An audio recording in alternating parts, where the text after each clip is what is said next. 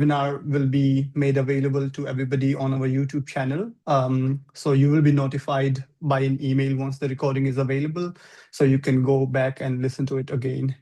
So then let's get started. So like I said, for those who are joining now, recently I have shared a link in the chat box here on Zoom.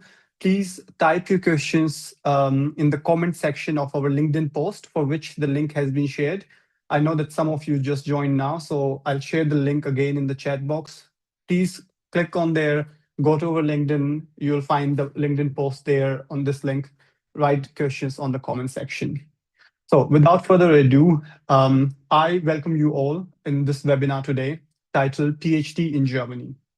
This webinar is a webinar series brought to you by Emerging.Scholars.Council, and there will be more webinars of such kind in the future. So just saying that in case if you are interested to study in Europe, USA, Australia for masters or for PhD, we have many more webinars in this series coming in. So do follow us on our social media platforms and stay tuned. So my name is Dr. Deepak Malik. I would be the host for today's meeting. I'm the founder of Emerging Scholars Council. Just a little bit of a background about myself. I did my studies in IIT Bombay in India. And then right after I came to Munich in Germany to start my PhD. That was already 2018, so quite some time now. And after graduating from my PhD, I then started working as a senior research scientist and a project manager in biotech company here in Munich once again. And so far, I think we started the Emerging Scholars Council to also help students to secure PhD positions abroad. The host is me, but the guest, very special guest we have today is Mr. Ketan Kulkarni, who would be then taking over the dais and would be speaking and giving us the advices today. So Ketan, the floor is yours. Hi, thank you, Dr. Deepak. Currently I'm working towards my doctoral research at Max Planck Institute and Technical University of Darmstadt. And earlier I work at IISc Bangalore and IIT Bombay for my research experience and on different project in Department of Bioengineering and Department of Chemistry. So yeah, we are all excited to take you through why to do PhD in Germany and all. So it will be an interactive session as Dr. Deepak suggested. Yeah. Yeah, I mean, I would obviously would like to inform all of our students and all our participants joining today that why should one choose Germany for their PhD destination over UK versus USA. Obviously, this table summarizes this well, but a couple of pointers. In Germany, there is no tuition fees for your PhD. In UK and US, there is some fees. So this always varies from university to university. Obviously, there is a stipend, a scholarship that you get when you join as a PhD candidate in all these three countries. So there is not much difference there. But the biggest difference I think most of the students here would appreciate in Germany is a PhD duration is between 3 to 4 years, unlike 5 to 6 years as it is in India or it is in USA. So this is significantly better in that case. There is no requirement for IELTS or GRE in case of Germany. And also after your PhD, if you would like to find a job, so you get a 2-year visa also.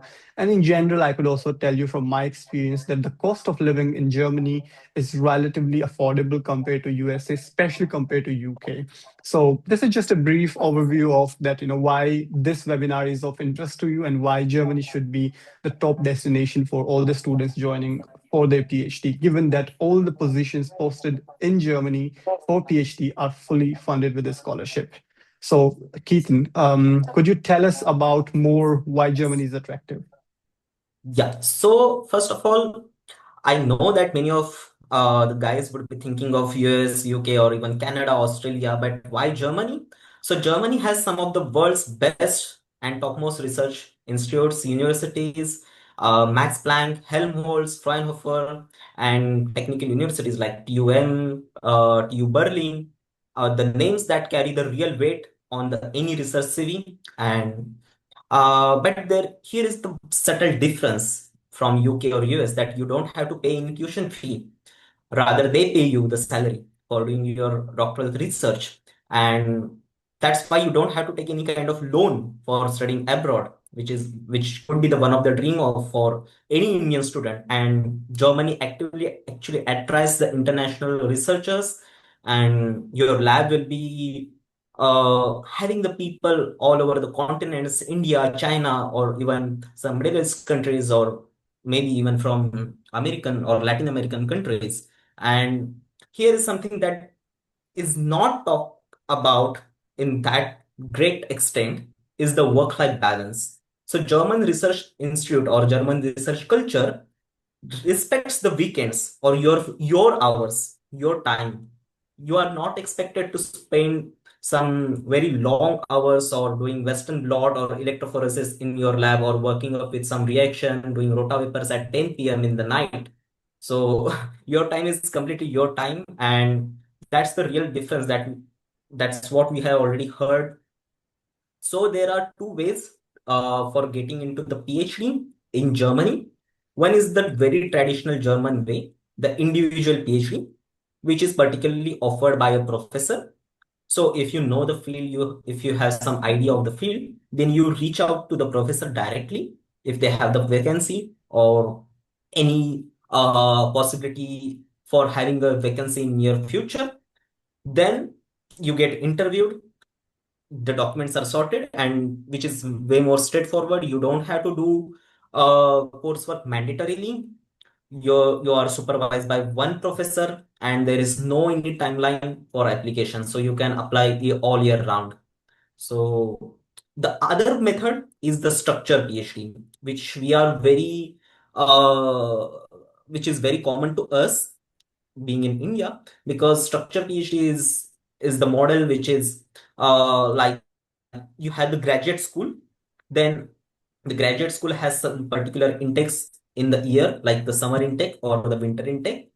You are supervised by a team of professor or a PhD committee, particularly called as doctoral committee, the DC. And there are some mandatory coursework or seminar work, but not that as we have to do it in India. Like a semester is wholly dedicated for the coursework in India.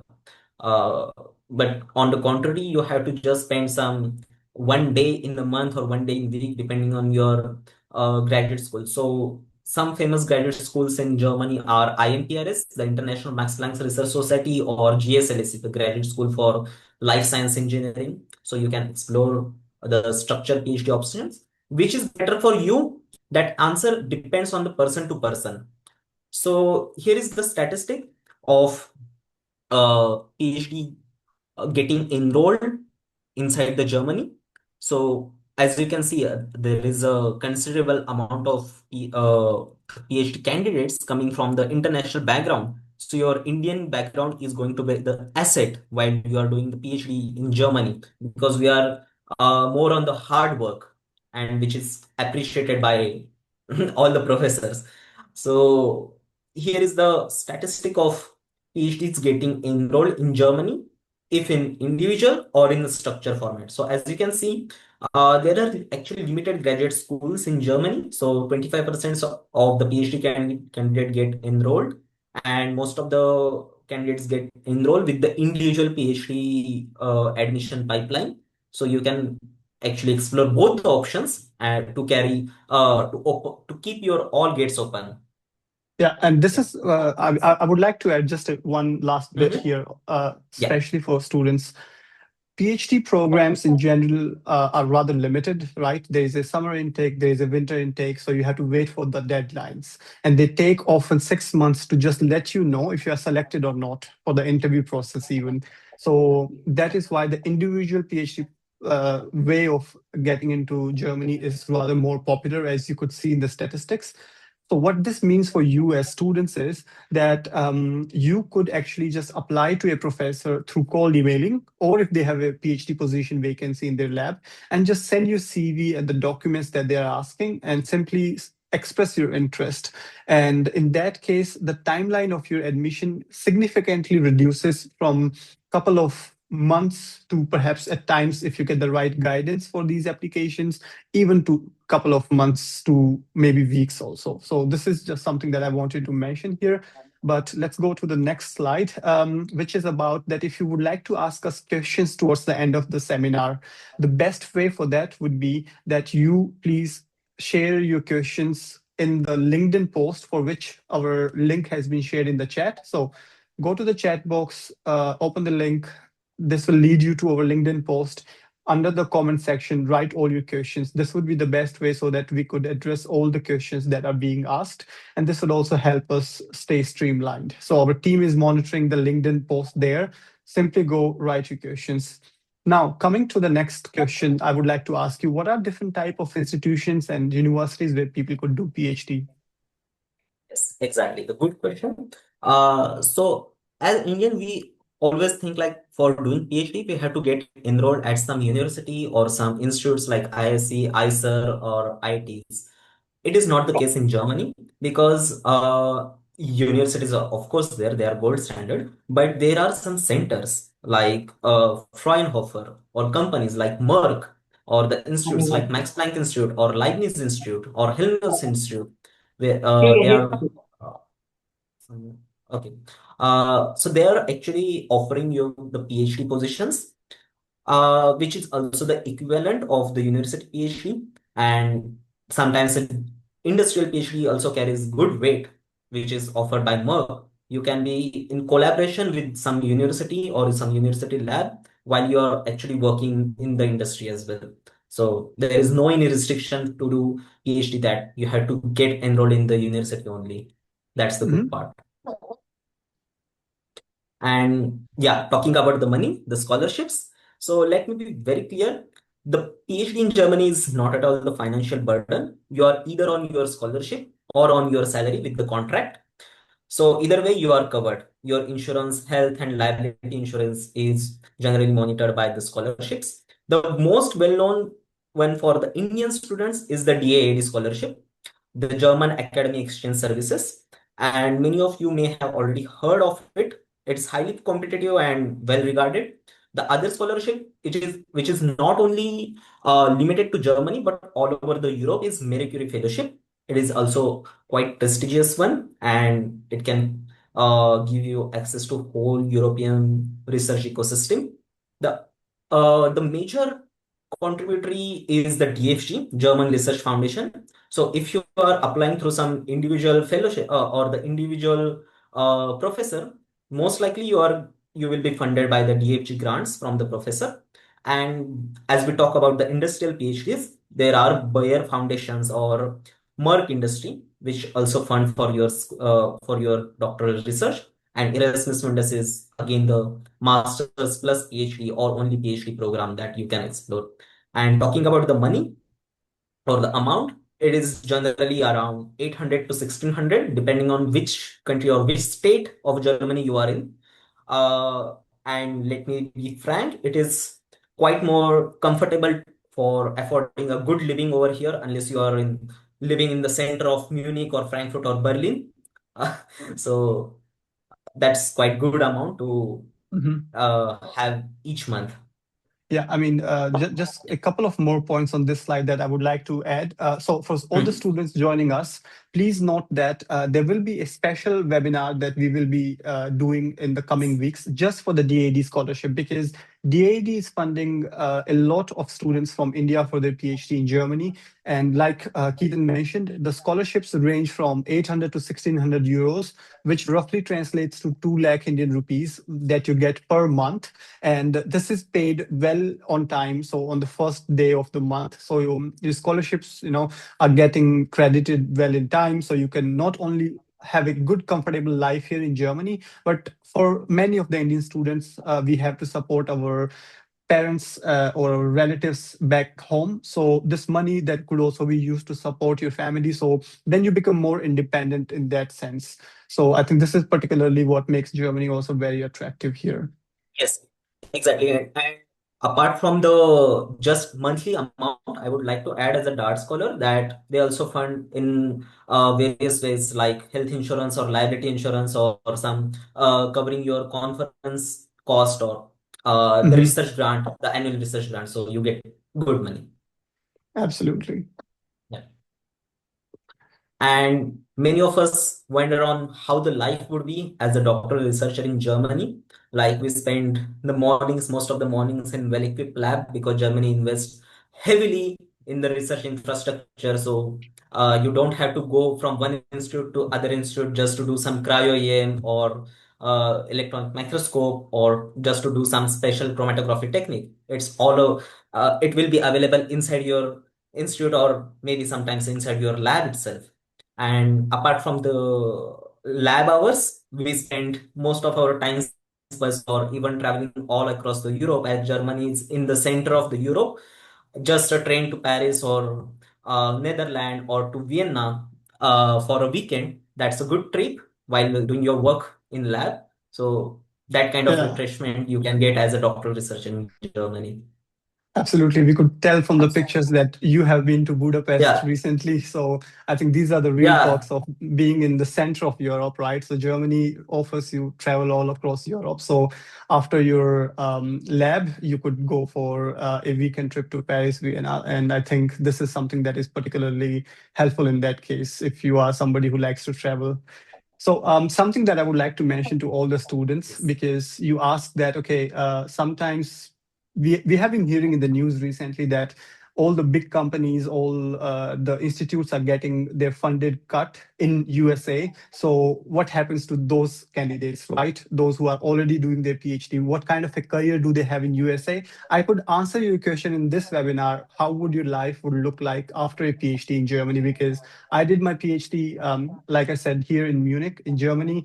So what I could tell you from my experience is that the job market for highly specialized jobs, such as after your PhD, is well established. So there are enough number of jobs around, be it in the industry or in academia. So you could go for a postdoc. And I think the biggest factor that most people, they don't appreciate while they are still in India is that the visa that you get after your PhD is a 2-year visa. And on this visa, you could go to any European country, find a position, right? It could be a postdoc, it could be a lecturer, it could be a senior scientist or a project manager, any kind of position. So you do get that kind of support on that visa to travel across Europe, not only for travel activities, but also for work-related purposes. And like I said, because of the instability that is growing around the world, we are hearing that Facebook, Meta recently fired about 8,000 employees, which must have many of the USA students who originally come from India but did their PhD in USA and then joined Facebook, right, to be the research scientist on Facebook teams. So they got fired and then they would have to come back to India. So in that case, what I could tell you from my experience also is that after doing your PhD, you would be eligible to get the permanent residency. So this is really, very attractive offer that Germany has. And most people also apply for citizenship if this is something that they would want to. So overall, I think Germany offers real good values, not only during your PhD, but also right after the PhD. So this is something very important to mention. Could you tell Ketan Exactly. about some of the language requirements here for a PhD? Yes, sure. So English is the official language for doing PhD in Germany. Most of the PhD programs are conducted in the English. You have to write your thesis in English, just the acknowledgement page. You may have to write in German, but that's completely doable. That is not a mammoth task.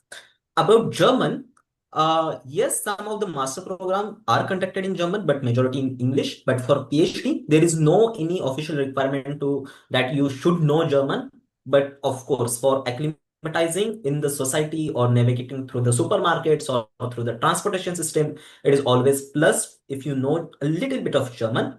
About IELTS or TOEFL, they are not mandatory in Germany, but yeah, of course, if you have, that is a highlight that you know the language and you can communicate without any hurdle. So it is actually better to if you could take IELTS or TOEFL as soon as possible.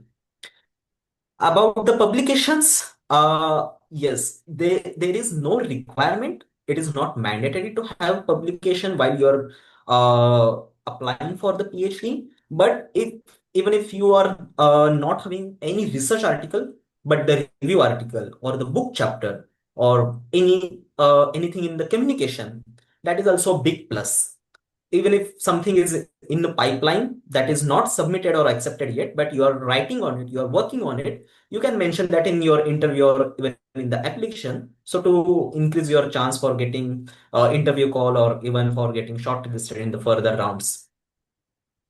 Absolutely. Could you also tell us Yeah. about conferences and workshops? Yes, definitely. Because I attended one conference in the Max Planck itself before joining or while I was applying for the PhD position. So it helps a lot because conferences are not only the place to showcase your previous research, but also to get the guidance or the peer comments of whatever you are working right now.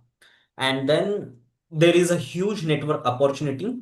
Maybe you can find your future supervisor in some of those conferences or workshops. Like I also found my current supervisor in one of the lecture series that was completely online, but I found that work interested and I applied.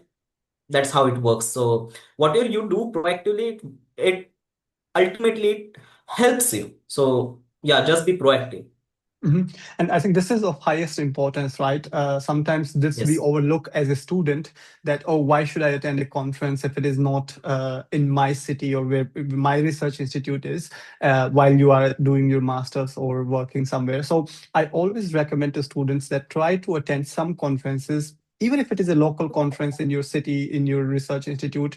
And if it's a nice big conference that you could travel to, be it internationally or be it in a different institute like some premier institutes like IITs, IIScs, NITs. So try to go to these places for conferences because most of the time they invite international professors to give lecture, also from Germany a lot. Even my PhD supervisor actually travels to India a lot, every year, once or twice at least for conferences.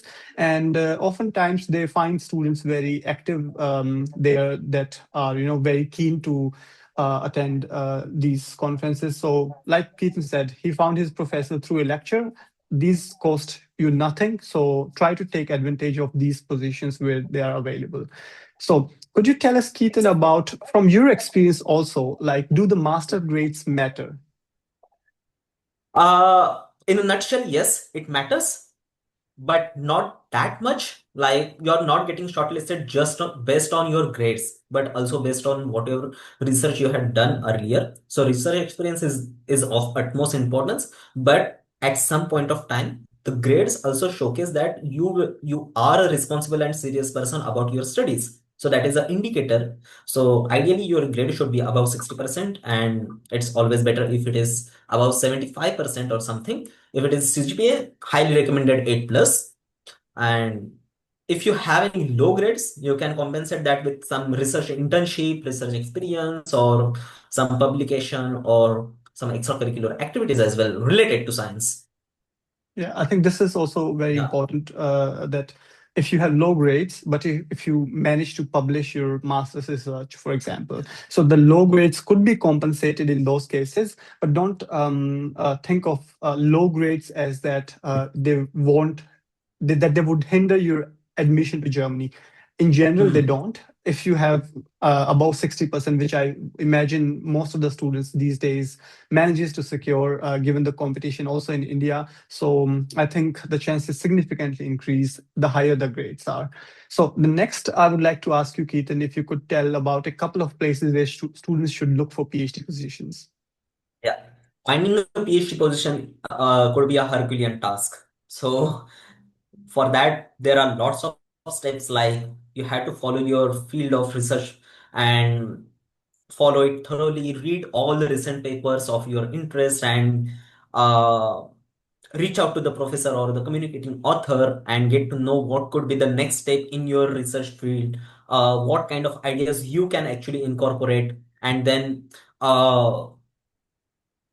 follow all the social media handles of that professor or the institute and lab website. Keep an active eye on lab website if they are having some vacancies or so. That is a big task. But if you don't want to do that much of hassle, you can just follow our LinkedIn and join our WhatsApp group where we keep posting all the recent PhD position advertisements. So you can get to know about the recent advertisement very quickly. And the quicker you apply, the more chances you have to get the call for interview or for even get shortlisted for the position. So time is also important. Yeah, this At is what time particular. point you hit the application? Absolutely. I think the quicker you know about a PhD position, the higher the chances you have Yes. of the professor reviewing your application. So don't wait until the last minute. We every single day post very exclusive PhD positions that are not posted on other platforms on our LinkedIn page. So do follow us in case if you would like to receive regular updates. The link to our LinkedIn page has been posted in the chat also. And we also maintain a very active community of students where we guide them and we post other PhD positions in this WhatsApp group. So this is a WhatsApp group only for people who would like to get admission in the year 2026 in this year. So if you are somebody who would like to do that, you can also join us directly on our WhatsApp community. The link to the WhatsApp group also has been shared in the chat. If you would like to take a screenshot of this slide, I would pause here for just a hot second so students Yes. can take the screenshot and then I guess we could move on. And also, students, don't forget to put your questions in the LinkedIn post. So right now, the last link that I shared, click on that and that will lead you to our LinkedIn post under which you can write your all the questions you have, which we will be starting to take very soon. So I hope that students have taken the screenshot of our social media handles, especially the WhatsApp group. That is very helpful. People have been recommending us. So next, we would like to give you some tips and tricks for your applications, right? So Ketan, I would give you the floor to share your experience. So the first task is to email the professor about your interest and in your interest in the PhD position that he or she has advertised. In that cold email, you should enclose your CV and the research proposal if it is required.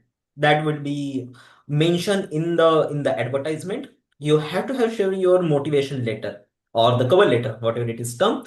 The structure is same, and your CV should look like what your research interest, then your research experiences, then your grades and all, and what is research skills you do have or you are learning right now. If you have qualified any competitive exams in India like TIFR or GATE or NET, you can mention that. That actually increases your visibility, not the chances, but that showcase that you are actively engaged in the studies and you are serious about it. And your letter of motivation, I think that will be a whole chapter for different webinars. So there is a lot to comment on that. So we will try to arrange a separate meeting for this. Absolutely. I think each section Yes. here on this slide deserves a Yes. separate webinar for cold emailing, for CV, how to draft a Exactly. good CV, how to draft a good motivation letter, how to draft a good SOP. So this webinar would also be conducted in the coming weeks. So you can stay tuned. The best way, like I said, is our LinkedIn as well as on our WhatsApp groups. Also, I should mention that some of our webinars are rather very exclusive. They are free always. We don't charge for the webinars, but sometime we want that only maybe top 100 students who register as soon as possible get to attend the webinar so that we could maintain the quality. So that's the best way you could stay connected and hear from us about these webinars. Ketan, could you also tell Exactly. us like specifically, like, from your experience, what does a professor look into a Mhm. student when they are checking their CV, for example? Yeah. The first and most important thing is your research experience. What you have done before. Have you the flavor, have you done any research before?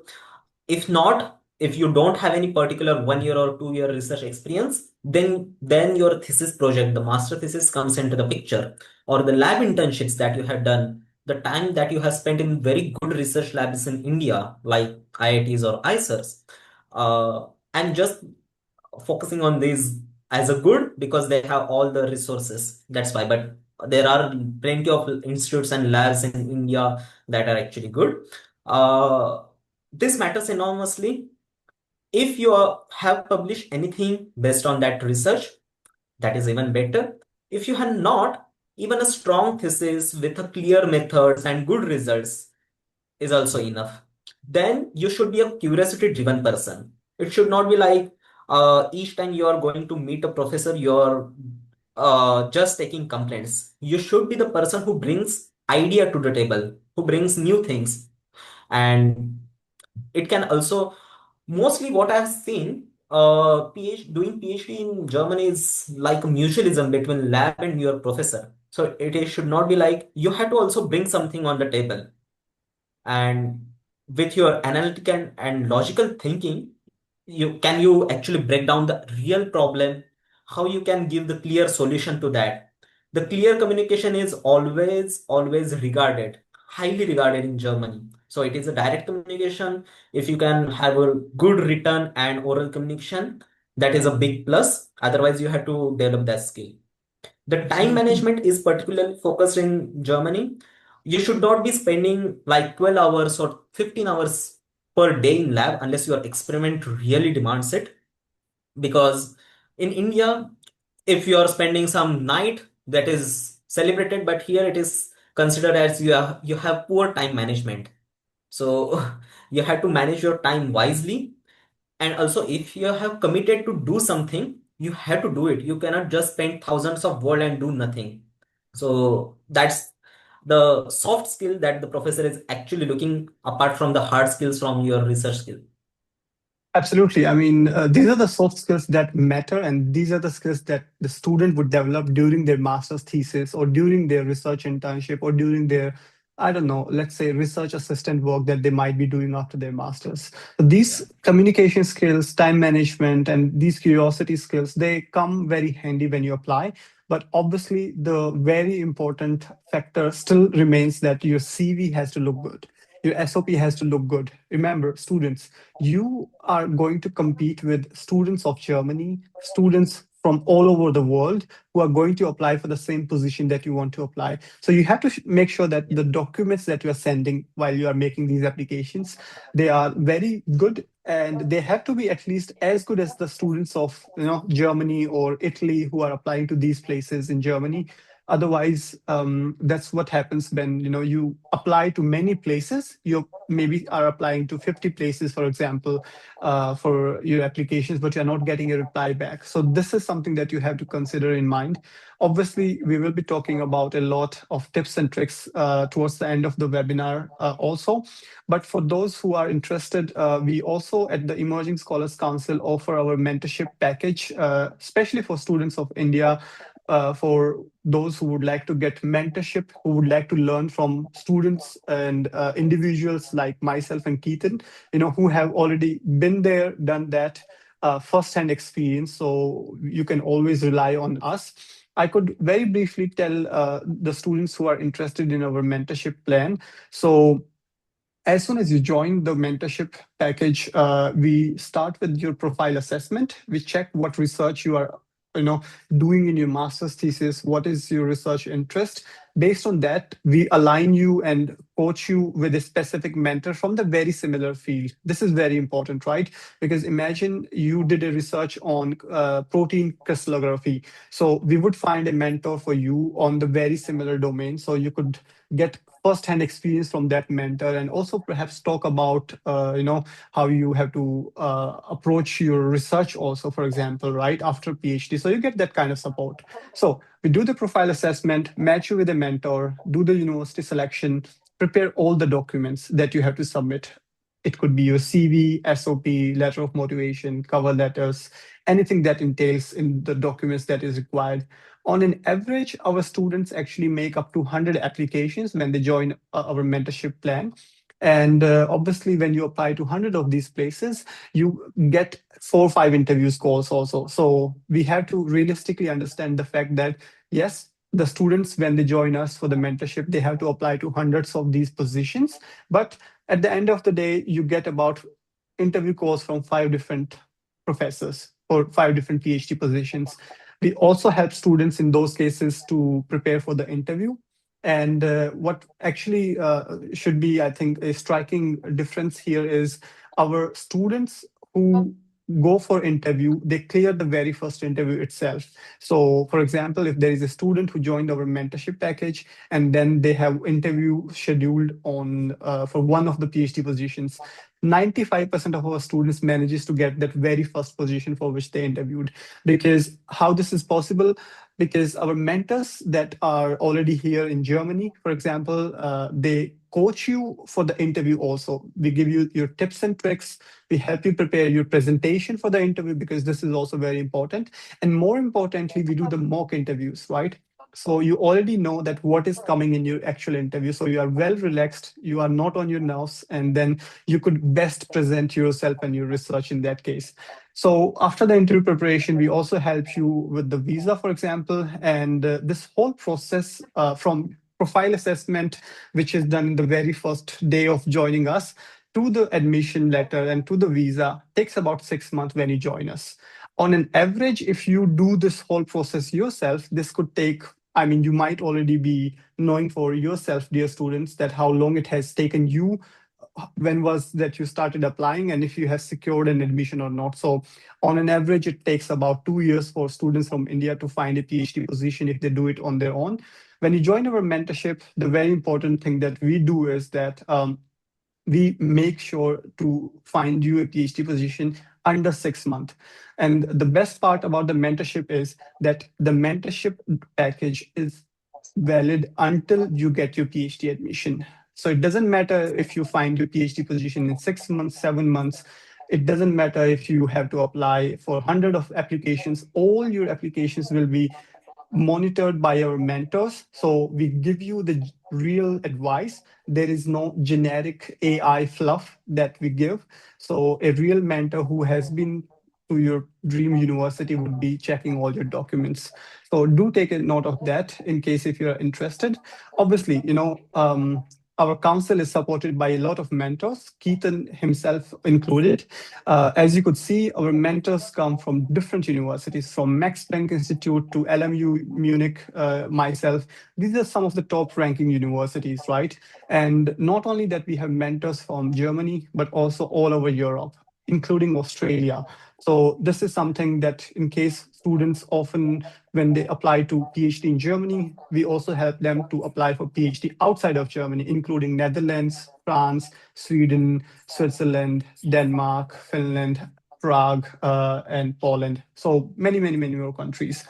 So some of the students actually that took our mentorship in the last couple of, in last year in 2025 have been successful. As you could see, these are some of the success stories. So as you could see, the universities varied from Charles University to University of Hanover in Germany to also some in the United Kingdom.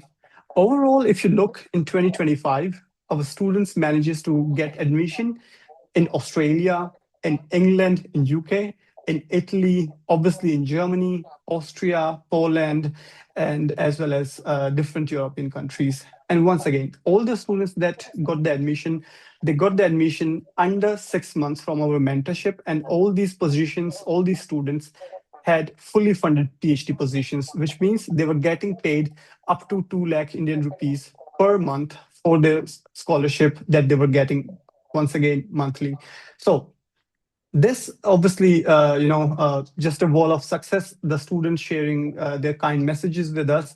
Like I said, the mentorship that is provided at the Emerging Scholars Council is led by a real mentor who has been in your situation before and then manages to come to Germany or to the different European countries. So they could advise you not only in not only in terms of preparing all your CVs, all your documents. Obviously, we do that. We provide you templates that we know works, but you also get to speak to somebody in your own language, so that you could ask real questions as you would be asking any of your college seniors, for example, right? Somebody that you could rely on, obviously.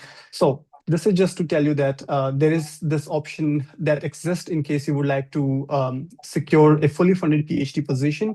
So next could be you in your dream university. If you would like to learn more, you could always go to our website or email us. Simply book a 15-minute session, which is obviously free of cost for you. So we could discuss your profile, and then if you would like to then join the mentorship, All the services, all what I talked about is anyway present on the website, Emerging.Scholars.Council.com. You can go there, read more about it, read more about our pricing, how we do it, what are the mentors, what are specific points that we deal with, which is not mentioned in the presentation. And like I said, we are also happy to have you for a free 15-minute call session that is available at your disposal. So next, also something very important, we are only going to take 10 students for the June batch because as you could see, Ketan is himself doing a PhD at the Max Planck. I did my PhD at LMU. I'm currently a scientist here in Germany. So what we do is the mentorship out of passion. It is not our full-time job. So that's why we take very limited number of students. So if you would like to learn more, feel free to go to the website, book a free 15-minute session in that case. Now we are coming towards the Q&A session. So I would like to remind all the students that if you would like to ask questions, the best place for that would be you simply go to our LinkedIn, and there you can post all the queries, all the questions that you have in the comment section of the LinkedIn post. So once again, the link where you have to submit your questions has been shared in the chat. Simply click on the link. It will lead you to the LinkedIn post. Write your questions there, and then we will be taking them. In the meantime, there has been multiple questions that has been submitted, Ketan. I think we have next. Yeah. I'd like to take it now. Yes, absolutely. We have another 15, 20 minutes to go. So we would like to take some of the questions. So Chinmay has asked, how do you approach universities or professors to seek PhD positions? Okay, so for that, you have to keep an active eye on the professor's LinkedIn or his website as well, because majority of the time, whenever there is any vacancy through the DFG funding, or he or she is having the opening through the some particular scholarship, then they will display it on their LinkedIn as well as on their lab website. So for that, if you're seeking the PhD position, then go through it, go through all the details of that position and whatever they are suggesting. If there is some particular link for application, you have to submit your application through that portal. Or if there is no any such structured way, then you can just cold email that professor stating your interest, and the package of the position should be there, whatever he or she is asking for, like the cover letter or letter of motivation and CV or your grades, that should be attached. And Absolutely. yeah, that's it. Ketan, we have Shreya asking us in the LinkedIn post comment section, which PhD type should I pursue? Should it be a structural or an individual PhD? Could you tell from your experience and in general? Yes, definitely. So, first of all, that is very person-specific question. So, if you are very individual person who can think of your own research and doesn't need any micromanagement, or not even micromanagement, I would say, doesn't need to be managed that much extent, then you prefer the individual PhD positions, because in that you are directly dealing with one professor and not with all the university committees and all. But if you are more tending towards you want a clear research plan, you want a clear research committee, then you prefer the structured research. I would recommend that you, while applying, you apply for both, because both are great in their own ways. Structured research often gives you some, because whenever there is some planning and structure, the structure is not to restrict you, but it also gives you the freedom to navigate through all the systems. The system is with you. If any kind of difficulties in there, not only in lab, but also in outside the lab life, they can help you at that time. But if it is an individual PhD, then you are on your own. So yeah, give the shot to both, I would say. Yeah, I mean, also this is important to come back to one of the slides that we had. 75% of the PhD students in Germany are doing the individual PhD. Individual PhD does not mean that you are left alone on your own. to figure out everything. You still have your professor who will be taking care of you in terms of, guiding you. There will be a postdoc, there will be senior scientist in the lab to support you in your PhD journey. But the structured PhD is perhaps more helpful in case if you would like to, for example, be part of a bigger network in your university where there are other students that you can talk to from different fields, basically. And there is often some coursework also. So in general, if somebody personally asks me, I recommend to apply for both. But individual PhDs are more popular. So for a reason, because you get to do your PhD quickly, there is no coursework, and then you can design your whole PhD around how you and your professor want based on the guidance. So this is how you should decide. Obviously, if you have more questions, please feel free to put it in the comment section of the LinkedIn post, Shreya. We will be happy to answer them. All right, there are more questions coming in. Panel Parmar, Ketan, they asked, what is the difference between an Indian and a German PhD? Wow, this is an interesting one. So I can tell you that I don't have an Indian PhD, but I could perhaps share some experience afterwards. But Ketan, I'll let you have the answer first. Yes, as we already answered that, in India, you are expected to spend a long hours in lab that is celebrated. You don't have any other life than the lab work, and you might be spending your night doing the Western dot in lab or doing so. In Germany, it is not only about work-life balance, but also about the resources, because the resources that we get, not only the hard research equipments, but also suppose if you want to publish a paper in open source journal or open access journal, they fund you completely, which is not very likely in India, because open access papers are way more valuable if you want to continue your journey in academic field. uh, they show you as your research is highly regarded. So if you know the pricing of these open access journals, they are very expensive if you just want to publish. But in Germany, everything is covered. So like that, the resources are plenty much. And yeah, that's it. Means I mean, absolutely. I could also share because I was at IIT Bombay for my studies back yeah. then. And some of the PhD candidates doing the PhD in IIT Bombay, I also remember that we would have to call them sir, ma'am, like that.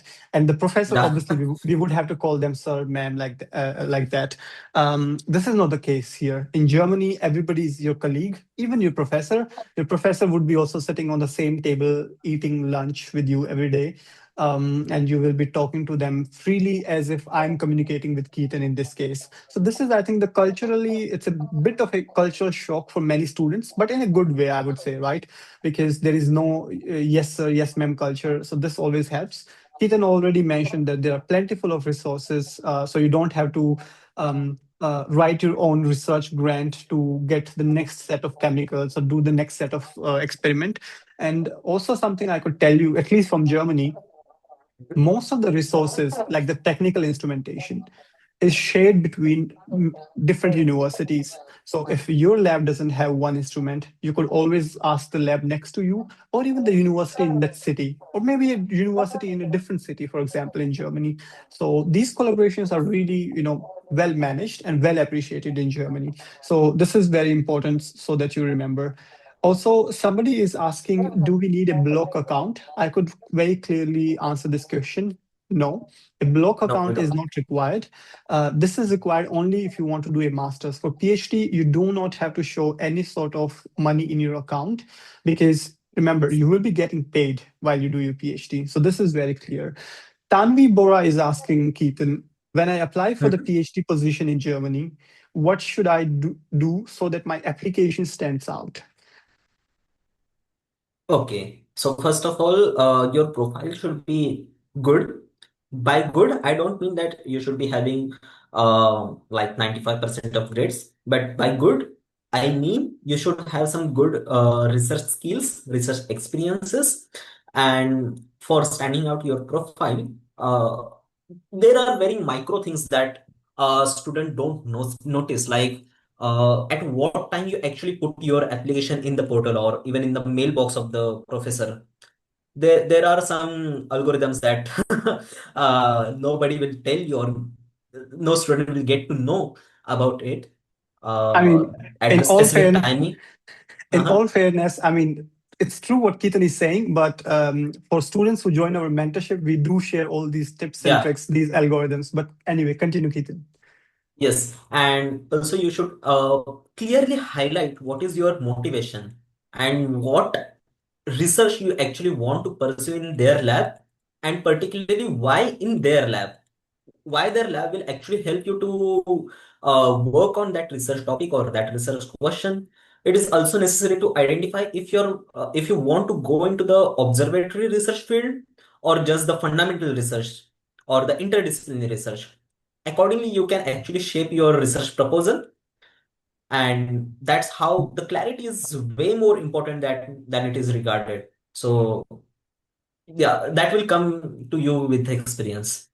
Absolutely. We have a lot more questions than the time. So, in the Mhm. interest of time, perhaps I think we will answer them in brief. So, Ketan, Rohan Jadhav is asking, do we need to Mhm. submit a research proposal before applying or during application? Uh, Yes, for the structured programs, yes, you have to submit the research proposal, but many of the time, in the structure PhD position, the professor actually selects you first and then it goes to the committee. So professor will also help you to structure the research proposal.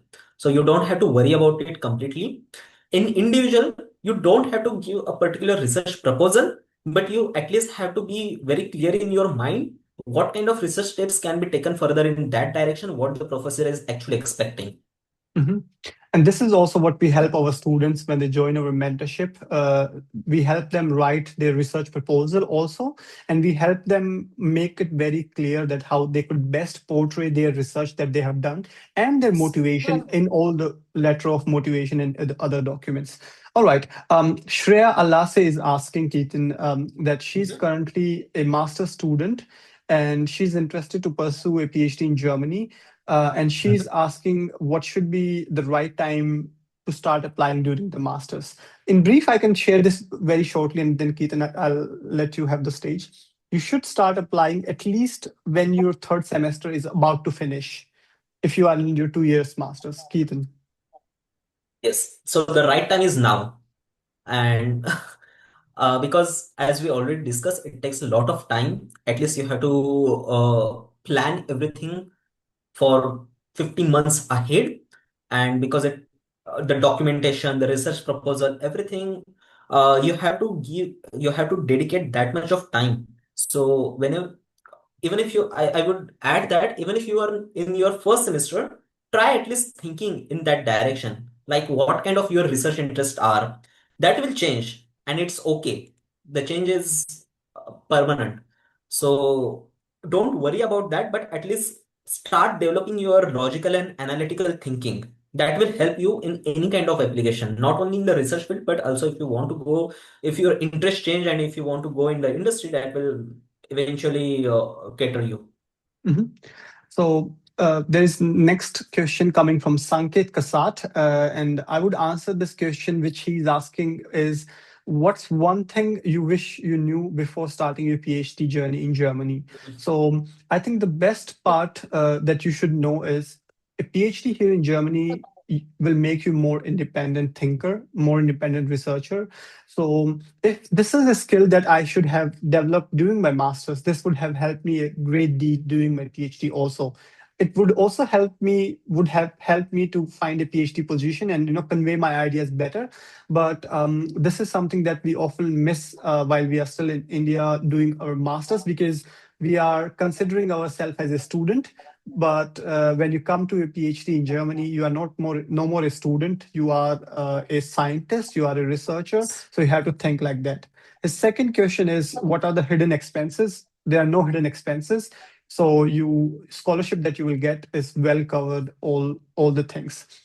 There is a question then coming from Hitanshi Agarwal. What are the difficulties you faced and how did you tackle them? And again, it's a repetition about how to make the application stand out. If you could answer this question in brief, Ethan. Yes, so difficulty is you have to apply for, let's say, 100 or 200 positions, and then you will get the interview call just for 4 or 5. That's what your mindset comes into the play. You have to be consistent. You have to be persistent while you are making the application. Even if the interview call is there, many of us think like, yeah, now it's just interview and I'm almost selected. It's not like that because people, maybe 500 other people like you have applied for the same position and their profile could be better than you, and that's quite normal. You never know. Yeah. So keep trying, keep grinding. That's all what I can say now. And obviously, it's something if I could add here, Ketan, is students Mhm. when apply to positions, they often apply to positions where hundreds of students have already applied, right? So Yeah. even if the student is good, right, the chances of their admission are significantly less because they applied Yes. to a position where there is masses of applications already. So Yes. when students join us for the mentorship, we tell them exclusive resources where they should look for to find a PhD position. So this would then help you separate from the masses and still manage to apply to very fantastic PhD positions. There is Yes. one more And question. Mhm. one more thing I would like to add in this answer is just don't chase the names. Find your research interest and whatever is of your interest, that then only apply for that. Otherwise, if you're just looking at some QS rankings and you're applying, then it will not work like that. Absolutely. This is well said. Yeah. So there's one more question. What professor expect from candidates? I think we already discussed that you should be curiosity driven, you should be smart working, being punctual is one of the less regarded thing, but it I would not say it is less regarded, it is underestimated thing. Uh, then what you should be logical and analytical enough that a graduate student should know, and you will make mistakes, but that's fine. You should not repeat the same mistake again. Absolutely. The next question comes from Sanket Kasat once again, and he's asking, what are the biggest mistakes students make while applying and emailing a professor?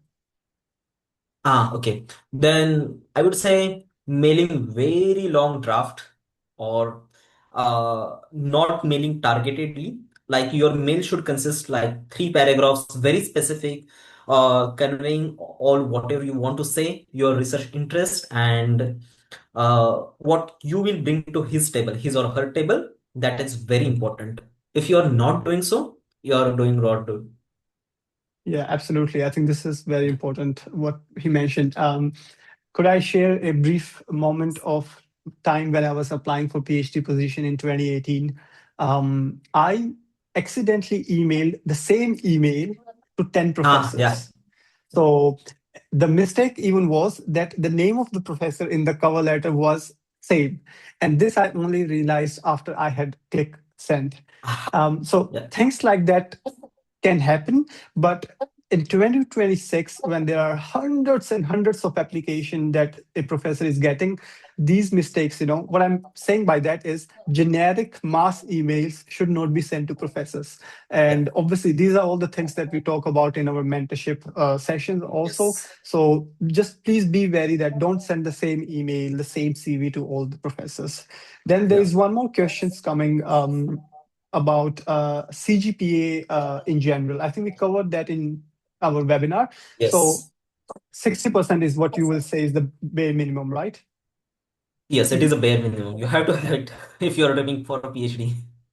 Yeah, I know that we are running a bit over time here, but given that there are still some questions coming in, I would like to take them.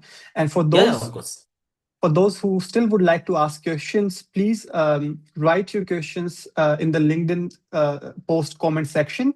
The link of the LinkedIn post has been shared in the chat box here. Click on the link here in the chat box. This will lead you to our LinkedIn post. Write your questions there. So one more question is then coming from 𝗱𝗵𝗻𝗄, and she's asking, what are working hours? Are they fixed or are they flexible? Ketan. Yeah, so they are flexible. But that depends from lab to lab as well. So my lab is not having any business hours, so we can come and go in any hour. You can also do work from home if you want to do. If you are writing the draft or something, you can also write it from home. There is no requirement to you to be in office, but for some technical infrastructure, if you want to be, then you can go.